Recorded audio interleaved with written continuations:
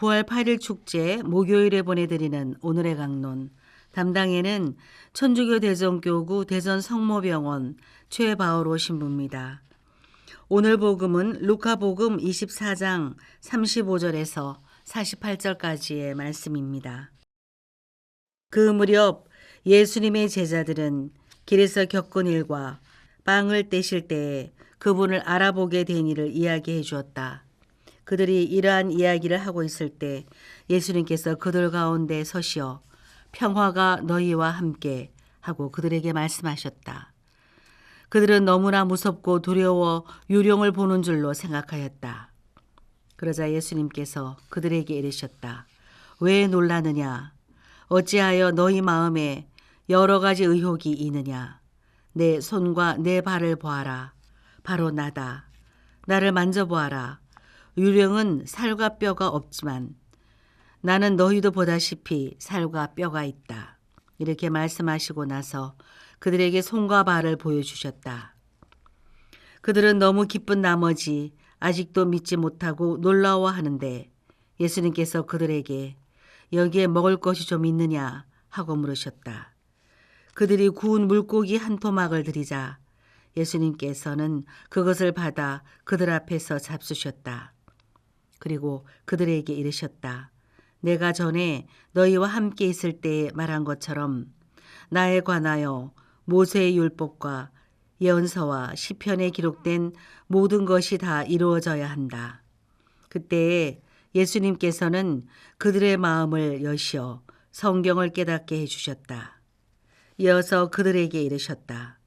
성경에 기록된 대로 그리스도는 고난을 겪고 사흘 만에 죽은 이들 가운데서 다시 살아나야 한다. 그리고 예루살렘에서부터 시작하여 죄의 용서를 위한 회개가 그의 이름으로 모든 민족들에게 선포되어야 한다. 너희는 이 일의 증인이다. 대전 가톨릭 평화방송 애청자 여러분 안녕하십니까? 살아계신 예수님을 체험한다는 것이 과연 무엇인지 의심이 들 때가 있습니다. 과거 신학교에서 철학을 가르치셨던 교수 신부님께서 항상 강조하시던 말씀이 있었는데요. 만약 예수님 진짜 만났다고 말하는 사람이 있으면 얼른 119에 신고해라. 그 사람 정신병자다 라고 말씀하시던 게 생각납니다. 우스갯소리일 수도 있겠지만 과거 2000년 전에 살아계셨던 예수님의 모습을 우리가 보지 못했다는 것은 부정할 수 없을 것입니다. 또한 우리가 익히 잘 알고 있는 장발에 멋있는 백인 남성 예수님 또한 중세시기 유럽에서 만들어진 이미지라고 하죠. 2000년 전의 예수님 모습은 전형적인 근동지방 사람의 모습으로 추정된다고 합니다. 키는 작고 피부는 까무잡잡하고 심각한 악성 곱슬머리를 가지고 있는 모습이 예수님이라고 생각하면 잘 매치가 되지 않죠. 이렇듯 우리는 확실하게 예수님의 얼굴, 손과 발을 본 적이 없습니다. 복음에서 나타나는 제자들은 이와 달리 예수님의 모습을 직접 볼 수 있었던 사람들이었습니다. 그분의 죽음 이전까지 함께하면서 예수님의 일거수일투족을 동행하던 이들이었기 때문입니다. 잘 아시다시피 그들이 예수님을 따른 가장 큰 이유는 구원이라는 하나의 목표였습니다. 그런데 하느님께로부터 힘을 얻어 부활하신 예수님의 모습을 보며 제자들은 두려움에 휩싸이게 됩니다. 복음에서 사용된 무섭고 두려워라는 단어는 과거 탈출기 이스라엘 백성들이 시나이산에서 하느님을 만났을 때 사용된 단어의 의미와 같습니다. 그토록 간절히 바랐던 하느님을 만났음에도 불구하고 모든 이들이 공포에 휩싸였다는 것은 참으로 이상합니다. 다시 말해 제자들은 부활하신 예수님을 직접 만나고도 공포에 휩싸였던 것입니다. 물론 엄청난 기적 앞에서 그 힘에 압도되는 것을 체험해 보셨다면 제자들이 굳어버린 것도 충분히 이해될 수 있습니다.